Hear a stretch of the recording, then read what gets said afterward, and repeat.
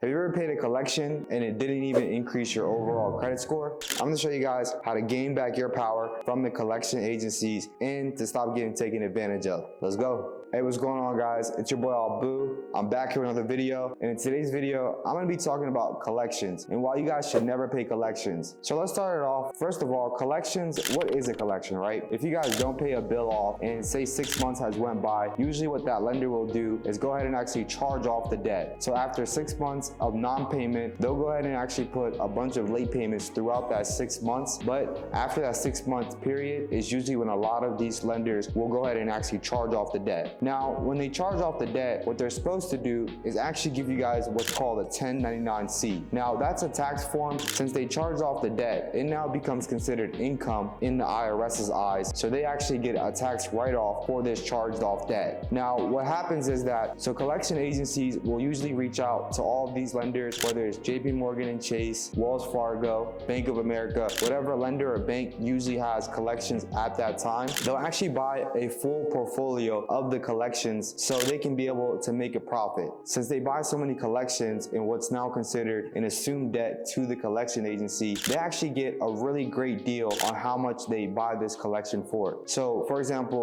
you might have a credit card that got charged off for $1,000. Usually when these collection agencies buy off this debt, they buy it for pennies on the dollar, maximum $100. So they're trying to get you guys to pay that difference from $100 all the way to $1,000, and that's how collection agencies really get rich. So I'm going to show you guys how to actually be able to protect yourself when you guys are dealing with these pesky debt collectors. So if you ever paid off a collection and never asked the collection agency for a deletion letter, then you'll realize that that collection still will sit on your report. Although they might go ahead and actually give it a $0 balance, the negative remarks will still remain on the account and it will still technically be considered a collection. Now, you have different FICO scoring models, such as the FICO 9 scoring model that actually doesn't factor in paid or medical debt into your overall credit score. However, that doesn't mean that you still can't get denied for credit cards, mortgages, and also houses. So by using the laws, we're actually able to protect ourselves from these pesky debt collectors, because a lot of times when these collection agencies buy this debt, they don't get your full information. They never get your full information, and that's the reason they're going ahead and calling you in order to get the rest of the information filled. So whenever they reach out to you, what they want you to do is actually admit to the debt. A lot of times you might even get a collection and you don't know where it came from, and it might not even be your debt, but since your name is listed, they'll go ahead and actually reach out to you. Now, once you admit that that debt is yours, then the collection agency actually has the legal right, because now what they've done is binding you into a verbal contract. So before you actually admitted to the debt, you've never signed any type of contracts with this collection agency. You only signed an original contract with the original lender, and most of the times the collection agencies will never have that on file and actually win, because a lot of times they'll never have that original contract, and unless you admitted to the debt, the court will always rule in your favor because they have no validity of actually proving that debt is yours. Now, I'm not telling you guys whether to pay your debt or not to pay your debt. That debt is still yours. If it's listed as a collection, they've already charged it off. Now, what I recommend before paying off any debt, whether it's yours or it's not, always dispute the debt before ever paying or ever giving them a single penny. Now, there are situations where, for example, if you're looking to get a home approved, there are certain scenarios where it might be a little bit better just to pay off the debt. But if you ever get in that situation, then always make sure to get a deletion letter from the collection agencies. Without this deletion letter, you can't technically enforce them to go ahead and remove the debt on your credit report. So if you guys are trying to get a house or even a mortgage, right, and a collection is on your credit report, sometimes a lot of loan officers will actually just have you pay off the debt due to the short time frame you have to be able to get the dream house that you would like. Now, you might be asking yourself, what should I actually go ahead and say whenever I'm disputing this debt? Based off of the FDCPA, which is the Fair Debt Collections Practice Act, it actually was passed by Congress. These are the exact laws that govern how the collection agencies can be able to collect the debt. Now, if you ever have a collection agency that is harassing you about jail time, that is telling you they're going to sue you, one, that's a violation of the FDCPA. I would check it out. I'm going to include it in the link below, but make sure you guys read up on that. But the exact law we're actually going to be talking about today is 15 USC 1692G. Now this law is all about validation of debts. Clearly states what information that the collection agency must have if they're legally trying to collect this debt from you guys. So if you guys ever get a collection in the mail and it's on your credit report, you guys actually have 30 days to go ahead and dispute that collection once it hits your credit report,